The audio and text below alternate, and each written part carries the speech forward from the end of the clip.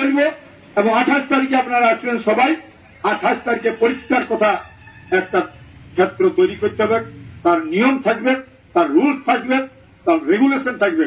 সবকিছু করবো, রেগুলেশন না থাকলে রেভলিউশন হয় না। তা আমাদের সেরকম রেভলিউশনের ভাবনা নিয়ে আমাদেরকে যেতে হবে।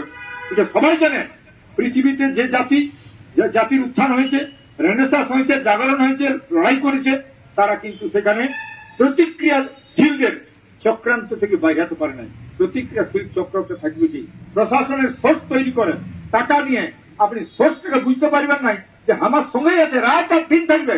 আপনি ভাববেন এই কি করলে বেইমানি করতে পারে, ওরাকে সোর্স করে টাকা দেয় প্রশাসন, টাকা দিয়ে ওরাকে রাখে পুষে, আর বিপ্লবের বন্ধুকে ধরে নিজের জীবনটা সুইসাইড করে, জীবনটা রেভলিউশনের মানে আত্মত্যাগও করবে। আপনি বুঝতে পারবেন না যে সোর্স করতে পুলিশের বা সরকারের সোর্স করতে। এইরকম লোক আমাদের মাঝে আছে থাকার জন্য আজ আমরা চিনতে পারছি নাই আমার আইডেন্টিটির লড়াইটা আজকে কেন এরকম হচ্ছে।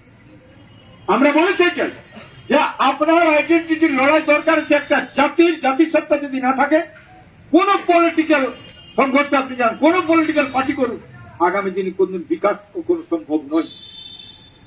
যেমন আজকে একটা পাখি বললে সব পাখি এক হয় নাই, গাছ বললে সব গাছ হয় নাই, আর মানুষ বললেও সব মানুষ এক হয় নাই। এইটাকে বিভিন্ন ভাবে ডিভিশন করে রেখেছে। প্রকৃতির নেচার অফ, যাকে বলে নেচার প্রকৃতিগত ভাবে বিভেদ তৈরি করেছে। এইগুলোর জন্যই আমাদেরকে তৈরি হতে হবে কিভাবে লড়াইটাকে আমরা নিয়ে যাব। তো বন্ধু, আগামী 28 তারিখে আমরা যাব।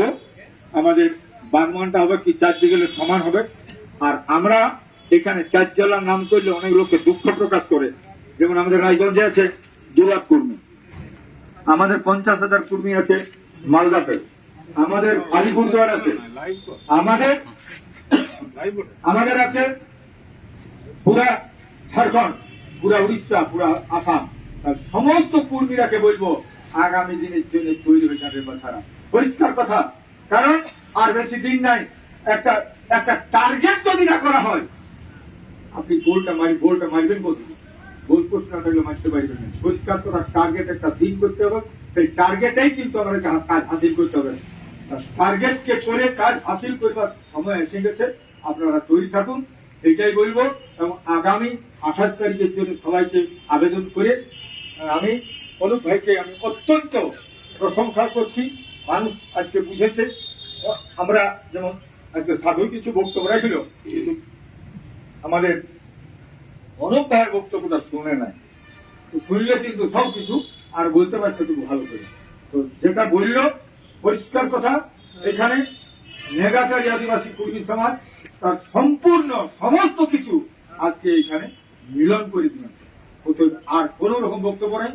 এবং এখানে আমি বলবো আরো যারা সংগঠন আছে তারা তৈরি হয়ে যাক। আগামী 28 তারিখে একটা মহামিলন হবে এবং আগামী ওই দিনেই কিন্তু আবার একটা টার্গেট তৈরি করে দিব এবং লড়াই জারি হয়ে যাবে। কোন লড়াইটাই আমরা জিতবো সেদিন হবে। ভাববেন নাই লড়াই কিন্তু কেউ একটুকু পেছাই গেলে অনেকে ভালো উপদেশ পেছাই গেল না। তারা লড়াই দেখেছেন, তারা লড়াই